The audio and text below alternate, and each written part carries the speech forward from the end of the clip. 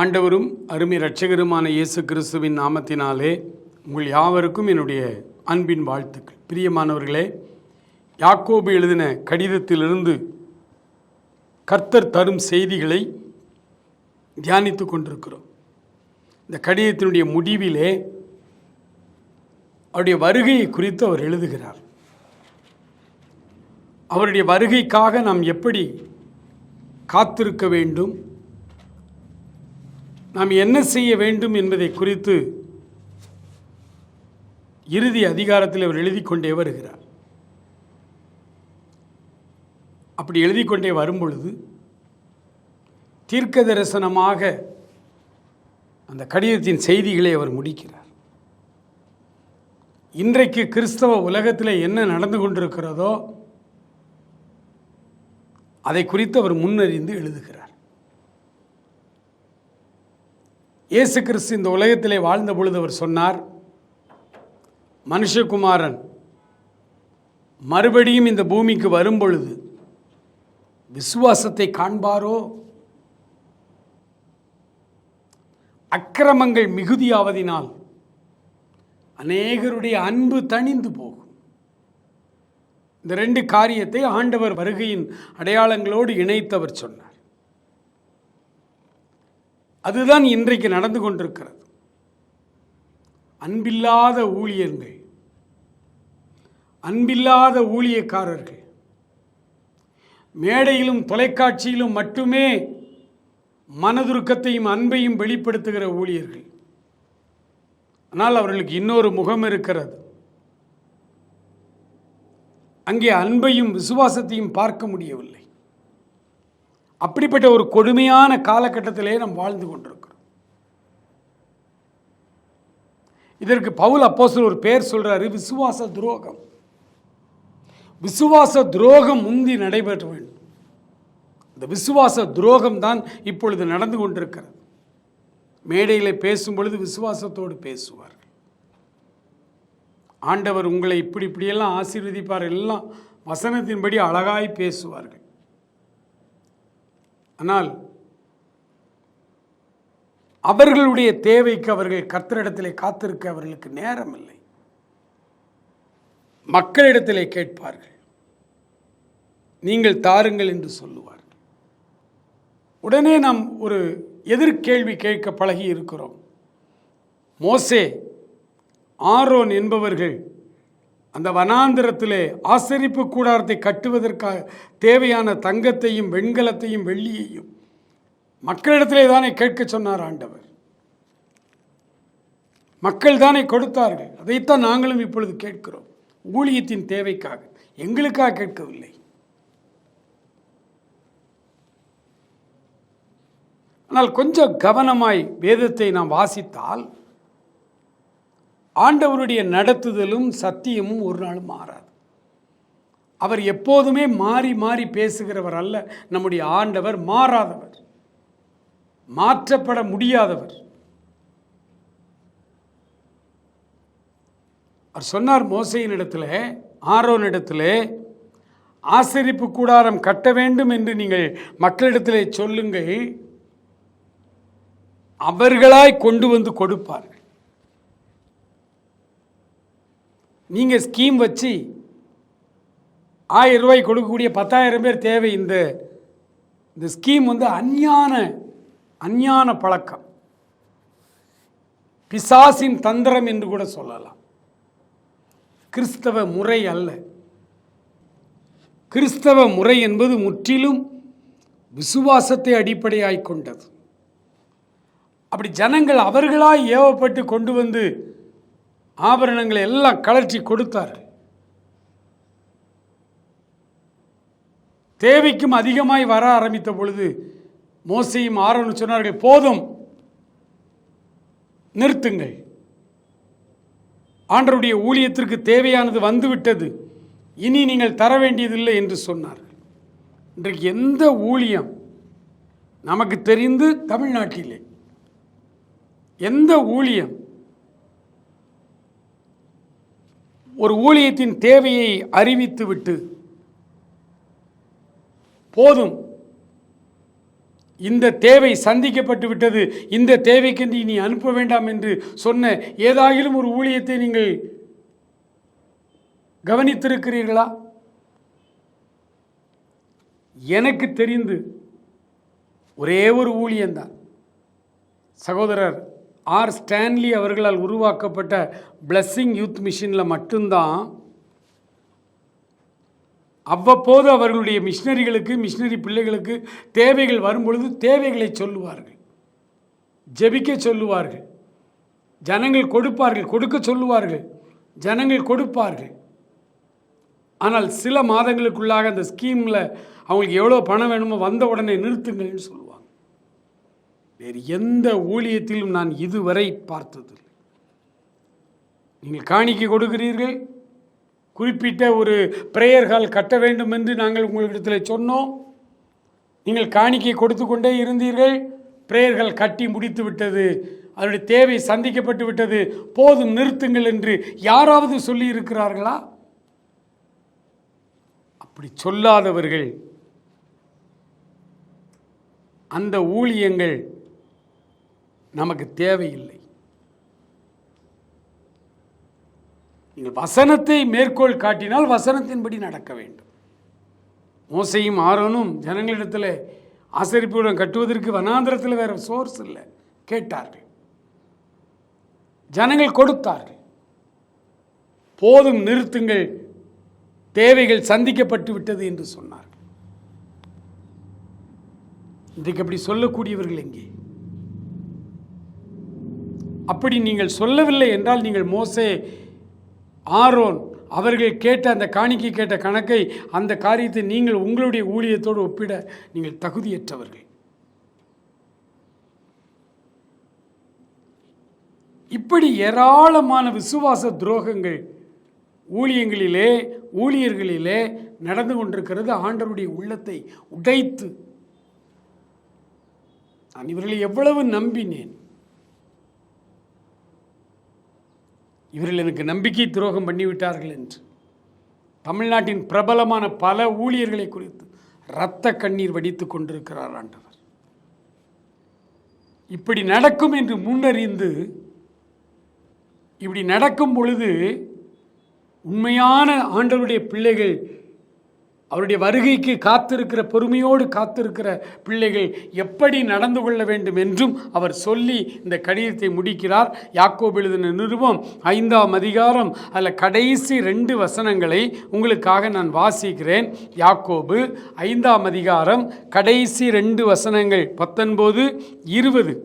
சகோதரரே, உங்களில் ஒருவன் சத்தியத்தை விட்டு விலகி மோசம் போகும் பொழுது மற்றொருவன் அவனை திருப்பினால், தப்பிப்போன மார்க்கத்தினின்று பாவியை திருப்புகிறவன் ஒரு ஆத்துமாவை மரணத்தினின்று ரட்சித்து திரளான பாவங்களை மூடுவான் என்று அறிய கடவன்.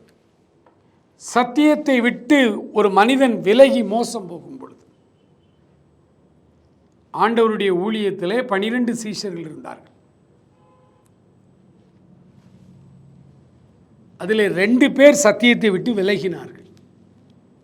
ஒன்று யூதாஸ் காரியோத்து, இன்னொன்று பேதுரு. அவரை மறுதலித்த பேதுரு, அவரை காட்டிக் கொடுத்த யூதாஸ் காரியோத்து. 2 பேர் சத்தியத்தை விட்டு விலகுகிறார்கள். அப்படி சத்தியத்தை விட்டு விலகின 2 பேரில் ஒருவர் ஆண்டவருடைய கனிவான ஒரு பார்வை, அந்த பார்வையிலே உள்ளத்திலே குத்தப்பட்டு மனம் கசந்து அழுது மறுபடியும் திரும்பி ஆண்டவருக்குள்ளே அவர் மறுபடியும் வந்து விட்டார். அவருடைய திரளான பாவங்கள் மன்னிக்கப்பட்டு விட்டது, மூடப்பட்டு விட்டது, மூடப்பட்டு விட்டது. ஆனால் யூதாஸ் காரியோத்து அவரிடத்தில் வரவே இல்லை. இப்போ நம்முடைய இந்த காலகட்டத்தில் சத்தியத்தை விட்டு விலகி மோசம் போன பல ஊழியர்களை, அந்த ஊழியர்களை குறித்த விமர்சனங்களை சமூக வலைதளங்களிலே ஏராளமாய் பார்க்கிறோம். அந்த சத்தியத்தை விட்டு விலகி மோசம் போகிற இந்த ஊழியக்காரர்களை நாம் விமர்சிக்க கூடாது. இதோ பாருங்கள், நான் இந்த தவறான ஊழியக்காரர்களை தோலுரித்து காட்டுகிறேன், அப்படி செய்ய சொல்லவே இல்லை வேதம். வேதத்தில் யாக்கோபு எழுதுகிறார், ஆண்டவரோடு நெருங்கி ஜீவித்த யாக்கோபு எழுதுகிறார், சகோதரரே, உங்களில் ஒருவன் ஆண்டவருடைய நாமத்தை சொல்லுகிற யாராயிருந்தாலும் அவர்கள் நம்மில் ஒருவர், நம்முடைய சகோதரர்கள். உங்களில் ஒருவன் சத்தியத்தை விட்டு விலகி மோசம் போகும்போது மற்றொருவன் அவனை திருப்பினால்,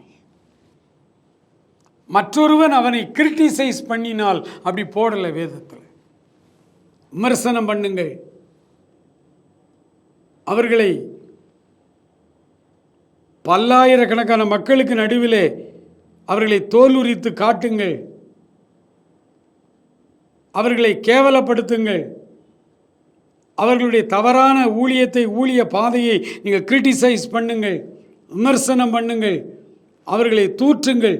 இப்படி எங்குமே வேதத்தில் எழுதப்படவே இல்லை. ஒருவேளை இந்த காரியத்தை குறித்து உங்களுக்கு மாற்று கருத்து இருக்குமானால் திரையிலே என்னுடைய நம்பர் வந்து கொண்டே இருக்கிறது. அந்த நம்பருக்கு நீங்கள் சாந்தமாக என்னிடத்தில் நீங்கள் கேட்கலாம் உங்களுடைய சந்தேகங்களை. என்னவென்றால், விமர்சனம் பண்ணுகிறவர்களும் வேதத்திலிருந்து சில காரியத்தை எடுத்து இதனால் தான் நாங்கள் விமர்சனம் பண்ணுகிறோம் என்று தைரியமாய் சொல்லிக் கொள்ளுகிறார்கள். ஆகவே நீங்கள் என்ன செய்யுங்கள், பிரதர் விமர்சனம் செய்யக்கூடாது என்று நீங்கள் சொல்லுகிறீர்களே, வேதம் இப்படி சொல்லுகிறதே என்று என்னிடத்தில் கேளுங்கள். நான் உங்களுக்கு சாந்தத்தோடும் எல்லாவித பொறுமையோடும் தேவ அன்போடும் உங்களுக்கு விளக்கம் சொல்ல கடமைப்பட்டிருக்கிறேன். பேசுகிறது இந்த காரியங்களுக்கு நான் பொறுப்பெடுத்துக் கொள்கிறேன். யாக்கோப் தன் கடிதத்தை எழுதி முடிக்கும் பொழுது சொல்றார், உங்களில் ஒருவன் சத்தியத்தை விட்டு விலகி அப்படி மோசம் போகும் பொழுது மற்றொருவன் அவனை திருப்பினால், தப்பி போகிற அந்த ஆத்துமாவை மறுபடியும் ஆண்டவரிடத்திலே திருப்புகிறவர்கள், ஒரு பாவி அவனை மரணத்தினின்று ரட்சித்து திரளான பாவங்களை மூடுவான் என்று அறிந்து கொள். ஒரு மனிதனுடைய பாவத்தை காட்டி கொடுக்கிற சந்ததி அல்ல கிறிஸ்தவ சந்ததி. பாவங்களை தேவ சமூகத்திலே சொல்லி அதை மூடுகிற சந்ததி தான் கிறிஸ்தவர்களுடைய சந்ததி. எவனுடைய மீறுதல், எவனுடைய பாவம் மூடப்பட்டதோ அவன் பாக்கியவான். எவனுடைய பாவங்களை கர்த்தர் மூடி போடுகிறார். மிக அழகாய் ஒரு காரியத்தை உங்களுக்கு விளக்கி சொல்ல நான் விரும்புகிறேன். ஆபேலுடைய ரத்தம் சிந்தப்பட்டது முதல் கொலை இந்த பூமியில். ஆபேலுடைய ரத்தம் சிந்தினது. ஆண்டவர் காயினை பார்த்து கேட்கிறார். காயின் தான் கொலை செய்தவன். காயினிடத்தை, ஆபேலை என்ன செய்தாய்? காயின், சகோதரனாகிய ஆபேல் எங்கே? என்ன செய்தாய்? அவனுடைய இரத்தத்தின் சத்தம் என்னை நோக்கி கூப்பிடுகிறது, என்னை நோக்கி கூப்பிடுகிறது. உலகத்தில் எந்த மனிதனுடைய இரத்தம் அநியாயமாய் வெளியே சிந்தப்படுமானால் அந்த இரத்தம் தெய்வத்தை நோக்கி கதறும். ஆண்டவரே, என் இரத்தத்தை இவன் சிந்தி விட்டான், இவன் என்னை கொலை குற்றவாளியை காட்டி கொடுக்கிற இரத்தம் மனிதர்களுடைய இரத்தம். அவர்கள் யாராயிருந்தால் சிலுவையிலே இயேசு ரத்தம் சிந்தின பொழுது அந்த இரத்தம் சிந்தப்படுதலுக்கு காரணமானவர்களை மன்னிக்கிற இரத்தம் இயேசு கிறிஸ்துவின் இரத்தம்.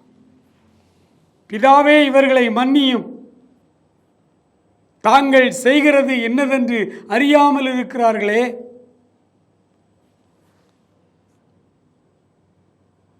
பாவியின் பாவத்தை மூடுகிற இரத்தம், குற்றவாளியை காட்டிக் கொடுக்கிற இரத்தம் அல்ல இயேசுவின் இரத்தம். அந்த இயேசு கிறிஸ்துவின் இரத்தத்தால் நான் கழுவப்பட்டேன். அந்த இயேசு கிறிஸ்துவின் இரத்தத்தினால் நான் பாவ மன்னிப்பு பெற்றிருக்கிறேன். அந்த இயேசு கிறிஸ்துவினுடைய இரத்தத்தினால் அவர் என்னை முற்றிலுமாய் கழுவி என்னை ஆட்கொண்டிருக்கிறார் என்று சொல்லுகிற ஒவ்வொருவரும் தன் சகோதரனுடைய குற்றத்தை மன்னிக்க வேண்டும். சகோதரனுடைய இரத்தத்தை மன்னிக்க வேண்டும். சாது சுந்தர் சிங் அவர்கள் தான் கண்ட ஒரு தரிசனத்தை இதனுடைய புத்தகத்தில் எழுதியிருக்கிறார்.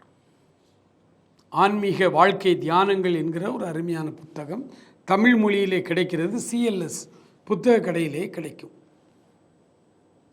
அந்த புத்தகத்திலே அவர் எழுதுகிற தரிசனத்தை குறித்து எழுதும் பொழுது, ஆண்டவர் 40 நாள் உபவாசம் இருந்து ஊழியத்திற்கு ஆயத்தப்பட்டு 40 நாளும் பிதாவாகிய தெய்வத்தோடு அவர் பேசி ரத்தம் சிந்துவதற்காய் ஊழியத்திற்கு தன்னை ஒப்பு கொடுத்த பொழுது அவர் ஒரு பாறையில் அமர்ந்திருக்கிறது போல இவர் ஒரு கனவு காண்கிறார், ஒரு தரிசனம் காண்கிறார். சாது, உலகத்தின் எல்லா மிருகங்களும் வந்து நிற்கிறது. அந்த மிருகங்கள் எல்லாம் பேசுகிறது போல அந்த தரிசனத்திலே சாது சுந்தர் சிங் அவர்கள் கேட்கிறார்கள்.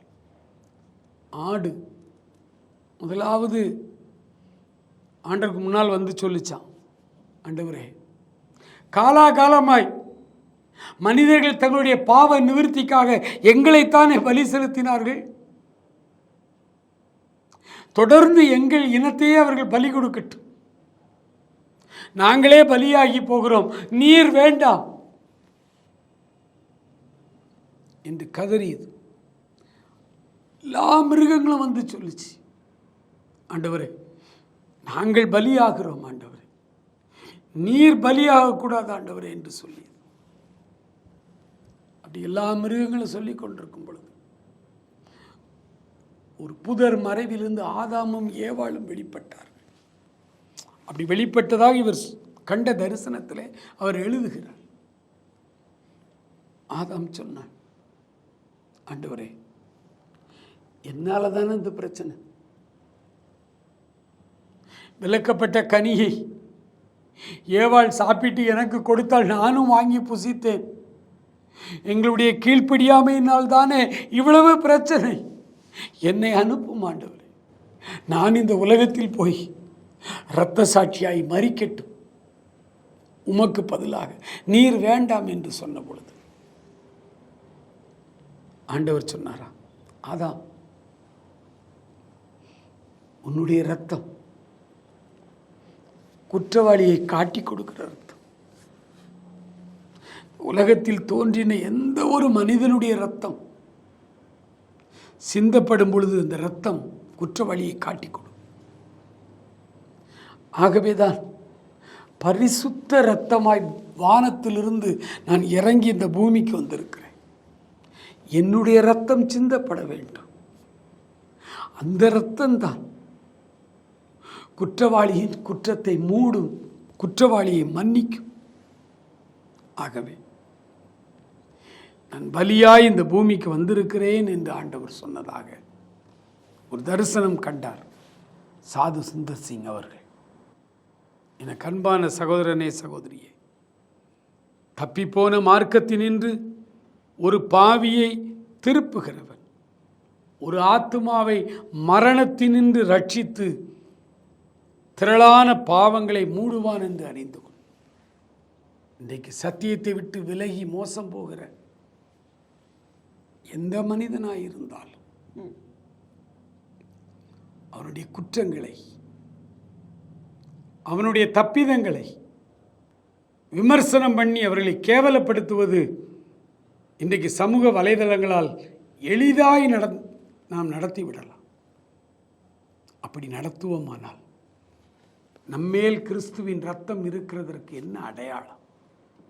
கிறிஸ்துவின் இரத்தம் ஒரு மனிதனை தாகம் தீர்த்திருக்குமானால், கிறிஸ்துவின் இரத்தத்தினால் நான் கழுவப்பட்டேன், ரட்சிக்கப்பட்டேன் என்று ஒரு மனிதன் சொல்வானானால், அந்த மனிதன் ஒரு நாளும் குற்றவாளியை காட்டி கொடுக்கக்கூடாது. அந்த குற்றத்திலிருந்து அவன் மனம் திரும்பும்படி சத்தியத்தை உபதேசிக்க வேண்டும், சத்தியத்தை சொல்ல வேண்டும். ஆண்டவர் தெளிவாய் சொன்னார், ஆசீர்வதியுங்கள். நீங்கள் ஆசீர்வாதத்தை விரும்புகிறவர்கள், ஆசீர்வதிக்கப்பட விரும்புகிற எவனும் மற்றவர்களை ஆசீர்வதிக்கத்தான் செய்ய வேண்டுமே ஒழிய சபிக்கக்கூடாது. ஆரம்ப காலங்களிலே இந்த சத்தியங்கள் தெரியாமல் தான் நாங்களும் வாழ்ந்தோம். ஆனால் இந்த நிருபங்களை படிக்கும் பொழுது 1000 2000 வருடங்களுக்கு முன்பே இனி என்ன சம்பவிக்கும் என்று நிருபங்களிலே அப்போஸ்தலர்கள் நமக்கு எழுதி கொடுத்திருக்கிறார்கள். அதிலும் யாக்கோபு, ஆண்டவரோடு நெருங்கி ஜீவிக்கிற யாக்கோபு, மிக அழகாய் அவர் ஒரு காரியத்தை சொல்லுகிறார். தப்பிப்போன மார்க்கத்திலிருந்து ஒரு மனிதனை மறுபடியும் ரட்சித்து கொண்டு வருவதற்கு நாம் செய்ய வேண்டியது என்ன? ஒரு லிஸ்ட் எடுங்க, அந்த ஊழியர்களுடைய பெயர்களை எல்லாம் எழுதுங்க. இந்த மனிதன் சத்தியத்தை விட்டு மோசம் போகிறான், இவர் சத்தியத்துக்கு புறம்பாய் பிரசங்கம் பண்ணுகிறார், இவர் பண ஆசையிலே நிறைந்திருக்கிறார், இவருடைய அபிஷேகமே தவறு, இவருடைய ரட்சிப்பே தவறு, இப்படிலாம் நிறைய இருக்குது லிஸ்ட். அந்த லிஸ்ட்டை எல்லாம் எடுத்து வைத்துக் கொள்ளுங்கள். முதலாவது அவர்களுக்காக அந்தரங்கத்திலே கண்ணீரோடு மன்றாடுங்கள். கிறிஸ்துவின் ஆவியானவர் உங்களுக்குள் இருப்பாரானால், இஸ்ரவேல் ஜனங்கள் பாபிலோனுக்கு சிறைப்பட்டு போகும் பொழுது கைகளை பின்னாலே வைத்து கட்டி தலையை கவிழ்த்து கொண்டு நடக்க சொன்னார்கள்.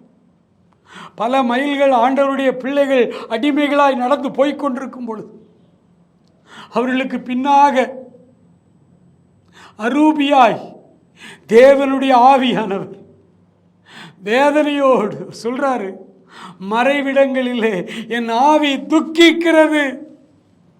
ஐயோ, என் ஜனம் அடிமையாய் போறாங்களே. அவன் ஏன் அடிமையாய் போனாங்க? ஆண்டவரை விட்டு வழி விலகினார்கள், சத்தியத்தை விட்டு வழி விலகினார்கள். ஆண்டவர், ஆமா, இந்த இஸ்ரவேல் ஜனங்கள் சத்தியத்தை விட்டு விலகினார்கள், சாகட்டும். இந்த இஸ்ரவேலர்கள் என்னை விட்டு விலகி போனார்கள், அவர்களுக்கு இது தேவைதான். அப்படி அவர் விமர்சனம் பண்ணல, அழுதார். யோ, என் குடல் கொதிக்கிறது. எரேமியா புத்தகத்தை முழுவதுமாய் வாசித்து பாருங்கள். ஆவியானவர் பரிதவிக்கிறத பரிதவிப்பு. ஒரு பெண் தன் ஆபரணத்தையும் ஒரு மணப்பெண் தன் ஆடையையும் மறப்பாளோ? என் ஜனமோ எண்ணி முடியாத நாளாய் என்னை மறந்து போனார்களே என்று எரேமியாவினிடத்திலே தன் வேதனையை வெளிப்படுத்துகிற ஆண்டவர். அந்த ஆவியானவர் நமக்குள்ளே இருப்பாரானால், இன்றைக்கு சத்தியத்தை விட்டு மோசம் போய் பிரசங்கம் பண்ணி கொண்டிருக்கிற எந்த ஒரு சகோதரனை சகோதரியை பார்க்கும் பொழுது நமக்குள்ளும் அதே வேதனை வரணும். அவர்களை விமர்சனம் செய்யக்கூடாது. அந்த வேதனை நமக்குள் வரும் பொழுது தேவ சமூகத்திலே அந்த வேதனையை நாம் கொட்ட வேண்டும். ஆண்டவரே, இந்த சகோதரன் இந்த சகோதரி சத்தியத்தை விட்டு மோசம் போய் கொண்டிருக்கிறார்கள் என்று அவர்களுக்காக அந்தரங்கத்திலே நம்மையும் அறியாமல் அந்த வேதனை நமக்குள்ளே இருந்து வெளிப்பட வேண்டும். அப்பொழுதுதான் நாம் கிறிஸ்துவின் ஆவி உடையவர்கள் என்ற அர்த்தம். அவர்களுக்காய் நாம் அழுது ஜெபிக்க ஜெபிக்க ஜெபிக்க ஆவியானவருடைய துக்கத்தை நாம் சுமந்து கொள்ள ஆண்டவர் இந்த தப்பிப்போன ஆத்துமாக்களை அப்படியே திருப்பி கொண்டு வருவார். 10 பேர்ல ஒருத்தர் வந்தாலும் போதும். அவன் திரளான பாவங்களை மூடுவான். வருகைக்கு ஆயத்தப்பட்டிருக்கிற நீங்களும் நான் தேவனுடைய ஆவியானவரால் நிரப்பப்பட்டிருக்கிறோமா? தேவனுடைய ஆவியானவரால் நடத்தப்படுகிறோமா? ஆண்டவருடைய ஆவியினால் நிரப்பப்படுதல், நடத்தப்படுகிற அனுபவம் இருக்குமானால், சத்தியத்தை விட்டு ஒரு மனிதன் மோசம் போகும் பொழுது அவனுக்காக நம்முடைய உள்ளம் பாரமடையும், துக்கமடையும். வேதனையோடு தேவ சமூகத்திலே கண்ணீர் வடிக்கும். அப்படி இல்லாமல் சமூக வலைதளங்களிலே நின்று கொண்டு வாய்க்கு வந்தபடியெல்லாம் அவர்களை விமர்சனம் பண்ணி, இன்னைக்கு வருகிற விமர்சனங்களை படித்து பார்க்கிறேன், அந்த வீடியோக்களையும் நான் பார்க்கிறேன். அவர்கள் சொல்லுகிறதெல்லாம் அந்த ஊழியத்தில் இருக்கிறது. அதில் ஒரு 75% உண்மை. சொல்றதெல்லாம் உண்மைதான். ஆனால் அப்படி சொன்னா, அதை கேலியா வேற பேசுனா, உனக்குள்ளே பிசாசின் ஆவி இருக்கிறது என்று பொருள். உங்களுக்குள்ளே கர்த்தருடைய ஆவியானவர் இல்லை. இருந்தால் உங்களால் பேச முடியாது. எரேமியாவை போல யாராவது ஒரு ஜெப நண்பர், ஒரு பரிசுத்தவான் உங்களுக்கு கிடைத்தால் அவர்களிடத்தில் இந்த வேதனையை நீங்கள் சொல்லுவீர்கள். ஐயா, இன்றைக்கு கிறிஸ்தவ உலகம் இப்படி தரிகட்டு போகிறதை பார்க்கும் பொழுது என் உள்ளம் வேதனைப்படுகிறது, நாம் சேர்ந்து ஜெபிப்போமா என்று கேட்பீர்கள்.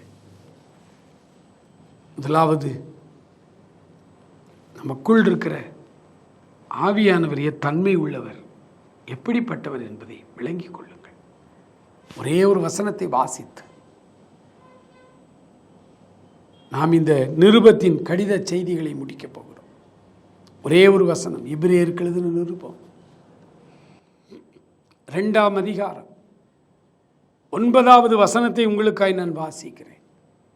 எபிரேயர் 2:9 சொல்கிறது, என்றாலும் தேவனுடைய கிருபையினாலே நாம் ஒவ்வொருவருக்காகவும் மரணத்தை ருசி பார்த்தார் இயேசு. நம் ஒவ்வொருவருக்காகவும் மரணத்தை அணு அணுவாய் ருசி பார்த்தார் சிலுவையிலே இயேசு கிறிஸ்து. அந்த வேதனை நமக்குள் எப்பொழுதும் இருக்க வேண்டும். இருந்தால்தான் இயேசு எனக்குள்ளே இருக்கிறார் என்று பொருள். கண்களை மூடி ஜெபிப்போமா? ஆண்டவரே, உம்முடையவனாய் வாழ வேண்டும். அன்பு நிறைந்த எங்கள் பரலோக பிதாவே, இந்த அருமையான வேளைக்காக நன்றியோடு உம்மை நாங்கள் துதிக்கிறோம், ஸ்தோத்தரிக்கிறோம். அப்பா, தேவனாகிய கர்த்தர் எங்கள் வாழ்க்கையின் எல்லா பகுதிகளிலும் எங்களோடு கூட இருந்து எங்களை நடத்துகிறவராக நீர் இருக்கிறதற்காக நன்றி செலுத்துகிறோம். ஆண்டவரே, தேவ கிருபையினாலே ஒவ்வொருவருக்காகவும் மரணத்தை ருசி பார்த்த ஆண்டவருடைய அந்த வேதனை எங்கள் உள்ளத்தை பற்றி பிடிக்கட்டும். தப்பிப்போன மார்க்கத்தை, சத்தியத்தை விட்டு வழி விலகி நின்று வேலை செய்கிற ஒவ்வொருவருக்காக வேதனையோடு நாங்கள் ஜெபிக்கிறவர்களாக எங்களை மாற்றும். நீ வருகைக்கு ஆயத்தப்பட உதவி செய்யும். நீர் கொடுத்த செய்திகளுக்காய் ஸ்தோத்திரம். நீர் தந்த வார்த்தைகளுக்காய் ஸ்தோத்திரம். தொடர்ந்து எங்களை வழிநடத்தும் ஆசீர்வதியும். இயேசு கிறிஸ்துவின் நல்ல நாமத்தில் ஜெபிக்கிறோம் எங்கள் அருமை பிதாவே. ஆமேன், ஆமேன்.